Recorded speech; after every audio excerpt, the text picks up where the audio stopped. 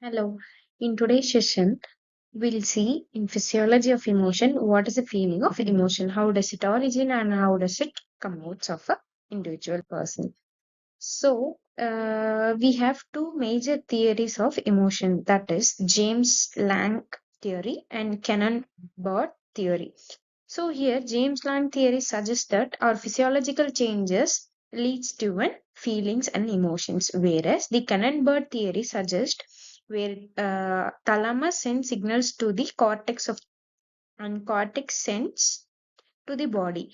So external stimulus gets recorded and it moves to thalamus, and thalamus sends next processing work that which executes the emotions and feelings. So next two factor theory, that is where physiology and cognitive label leads to an emotion, that is where our physiological changes and our cognitive functions leads to be executed as an emotion. This is said by two factor theory, what by Scatcher Singer. Okay. Next we have modern theory, that is modern approach of emotion, that is where some theory perspectives and theoretical approaches construct still more approaches for the emotions. Now, in current scenarios, we view emotions as an network that emerges from our brain interactions. Okay.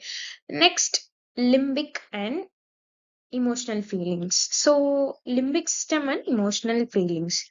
So, here in amygdala, what happens is amygdala assigns emotional significance and generates fear and anxiety. So, as we know, amygdala causes many chemical changes that leads to an emotional significance, which generates specifically fear and anxiety. So, next comes hippocampus. So, hippocampus leads to emotional events, and which gives you a prior memory of emotional events, that is works under cortex hippocampus. Next, hypothalamus. The hypothalamus links emotions to psychological responses.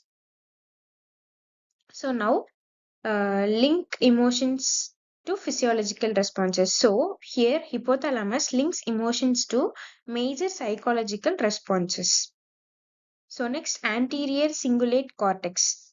So this anterior cingulate cortex makes us aware of our emotions and conflicts.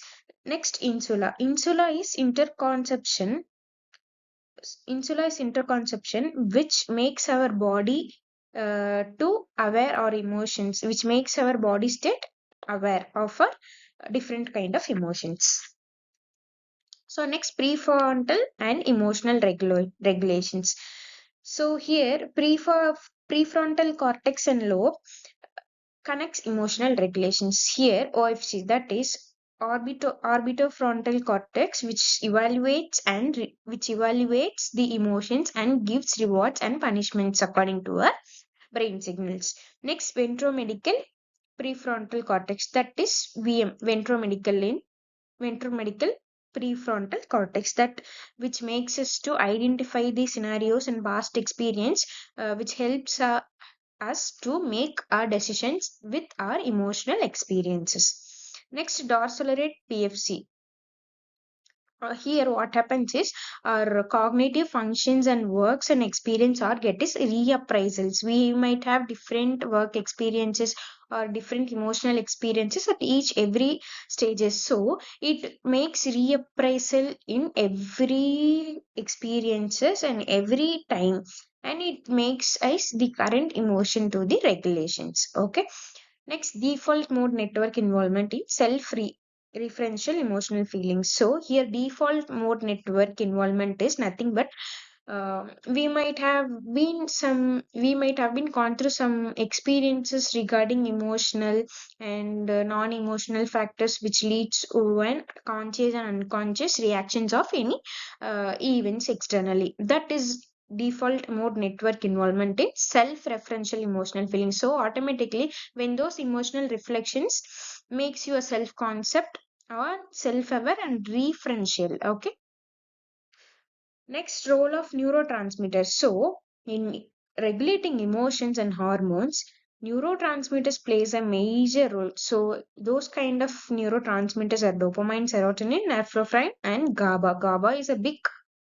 Uh, GABA is a big captain of neurotransmitter.